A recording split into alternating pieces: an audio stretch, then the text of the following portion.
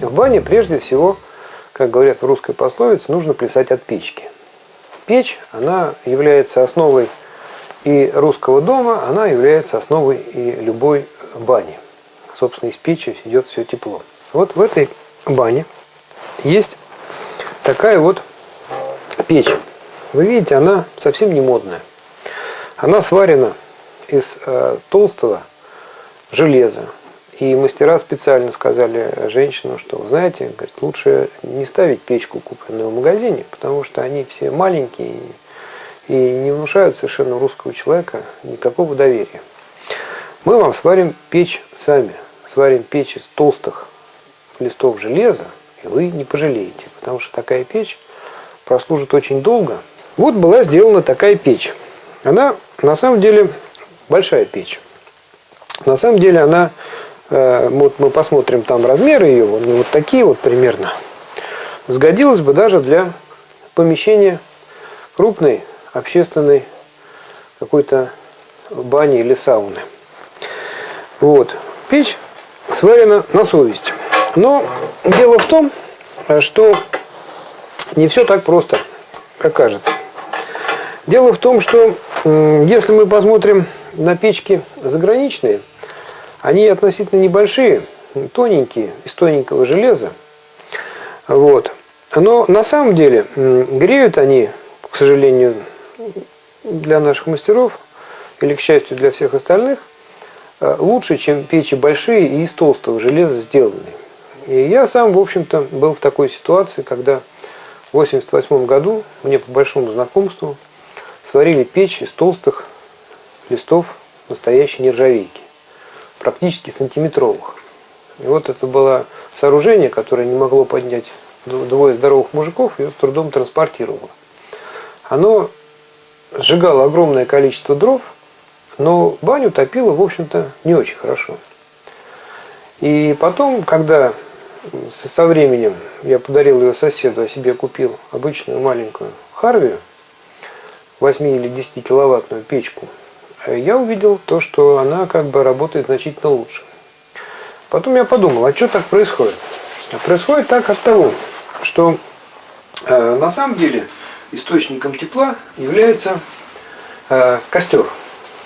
Так вот, чем сильнее мы отгородим этот костер от окружающей его как бы среды, тем хуже лучевое тепло от костра будет распространяться наружу. И если мы сделаем печку из толстого железа, и еще железо это будет относительно низкой теплопроводности, потому что сорта железа тоже бывают разные. Потому что финские печки и шведские, они делаются из тонкого железа с высокой теплопроводностью, так называемого шаропрочного железа. Из него же делаются котлы, котельное оборудование.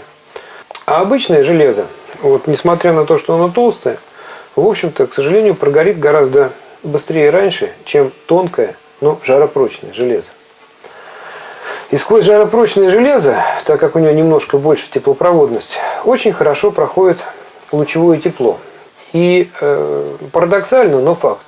Оказывается, что тонкая печка из тоненького железа греет реально лучше, чем громоздкая конструкция, сваренная из толстенных железных листов. И вот здесь как раз яркий пример того, на самом деле, яркий пример этого заблуждения. Вот какую печку делать не нужно. Потому что гораздо проще здесь было купить обычную печку в магазине. Причем топить все-таки печку лучше не со стороны, допустим, предбанника, а все-таки изнутри бани. Потому что вот эта часть печи, которая обращена в сторону топки, излучает огромное количество инфракрасного тепла. И когда печь вся находится в банном помещении, и вы открываете там внутри и подкидываете дров, все-таки гораздо эффективнее отапливается помещение, когда это делается вот без выхода наружу. Стены парилки сделаны из липы. В предыдущих программах мы уже рассказывали телезрителям о положительных свойствах этого материала. Однако нужно отметить, что хозяйки не совсем правильно рассчитали размеры печи. Она сварена из толстого железа высокой теплоемкости, а печные стены сделаны из кирпича, что не дает жару непосредственно из костра внутри каменки распространяться в помещение. Таким образом, можно сделать вывод, что это скорее сауна, нежели баня. Кроме того, из-за объема печи нет нужного пространства непосредственно для парения. Таким образом, сами пологи оказались в опасной близости с каменкой, и неосторожные любители бани могут легко обжечься, а технику безопасности, как известно, нужно соблюдать. Но вот мы находимся в данном случае в сауне, которая не утеплена никак. То есть вот за этой доской находится фольга, вот мы ее видим, просто фольга, просто обычная фольга. И зачем-то мастер еще положил туда просто полиэтиленовую пленку. Но, видимо, уже влияние современных методов строительства оказывает свое действие и на мастеров, которые даже в глубинке строят бани и парилки. Дело в том, что в принципе фольги совершенно достаточно для того, чтобы фольга отражала инфракрасное тепло внутрь помещения. Дело в том, что печь излучает тепловые лучи, и все здесь как бы нагретое, теплое. И поэтому, чтобы вот эти тепловые лучи не уходили сквозь дерево, именно закладывают фольгу. Прием известный и, в общем-то, особенных комментариев не требует. Но тут интересное дело в том, что кроме вот этой доски и фольги, и полиэтиленовой пленочки обычной, больше ничего нету. Дальше идет обычный брус. Казалось бы, это неправильно. Нужно же положить какой-нибудь современный утеплитель. Утепляют минватами, утепляют пенофолами, утепляют даже некоторые безумные люди пенопластами, даже белыми пенопластами. Так вот, от этого хочется предупредить. Дело в том, что утеплители, даже те утеплители, которые сертифицированы и нормальные, и годные в состоянии обычном, 20 градусов Цельсия, ведут себя по-другому в нагретом состоянии. Вот. Хочется сказать, что никакие утеплители типа пенопластов или экструзионных пенополистиролов не могут и не должны использоваться в сауне, потому что они при температуре выше 70 градусов начинают просто распадаться, уничтожаются. То есть температура эксплуатации этих материалов ограничена 70 градусами Цельсия. Часто в сауну закладывают пенофолы. Это вспененные полиэтилены. У них граничная температура тоже эксплуатации на самом деле порядка 100 градусов Цельсия. Ну, за доской там внутри 100 градусов может быть и нету, но 80-90. То есть, в принципе, пенофолы тоже используются в граничных условиях. И самое интересное, что когда любой утеплитель нагревается, пенофолы сертифицированы, они делаются из пищевого, как сказать, из материала, из которого делаются разные пищевые канистры, допустим, из такого белого шарикообразного порошка, который засыпают в экструдеры, в машины и выпускают материал. Так вот, дело в том, что этот порошок любой, он нормально себя ведет, и он хороший, когда он не нагретый. Когда любой материал нагревается, он начинает источать разные другие ненужные запахи или вещества. И вот настоящей, нормальной, хорошей сауной является та, которая вот не утеплена ничем, как это ни странно звучит и как это не парадоксально звучит, тем более там минеральными ватами, допустим.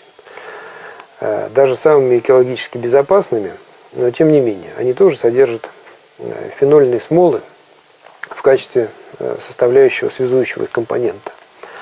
Так вот, казалось бы, в такой сауне должно быть холодно. Мне скажут, она же не утеплена ничем. Но дело в том, что русские люди всегда парились в таких банях, которые стояли отдельно от дома и не были утеплены ничем. Это никак не ухудшает свойства, потому что печь обеспечивает достаточное количество тепла, чтобы при относительно даже холодных стенах обеспечить высокую температуру. О теплопотерях здесь речь не идет, потому что мы же не целый год круглосуточно топим баню. Мы же буквально там на час ее растапливаем, поэтому теплопотери, конечно, большие, но тем не менее в помещении парной жарко, и это нормально, и это достаточно.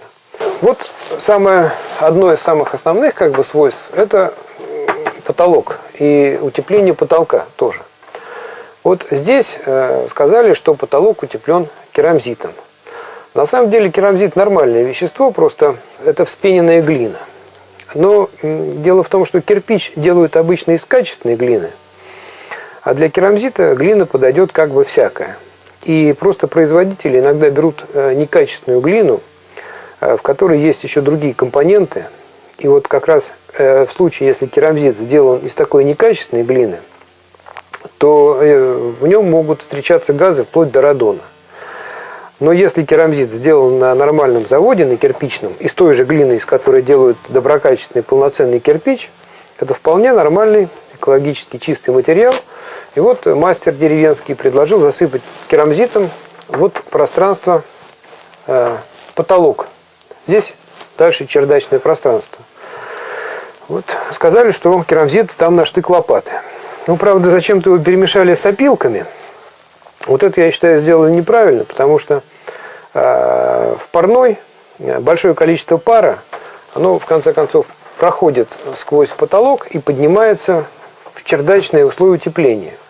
И там как раз пар делает негативное дело, он начинает увлажнять опилки, и опилки улучшают свою теплопроводность. То есть, если бы там был просто засыпан один керамзит, то это было бы лучше. Потому что опилки, будучи промокающими от пара, они начинают лучше проводить тепло и утеплять хуже.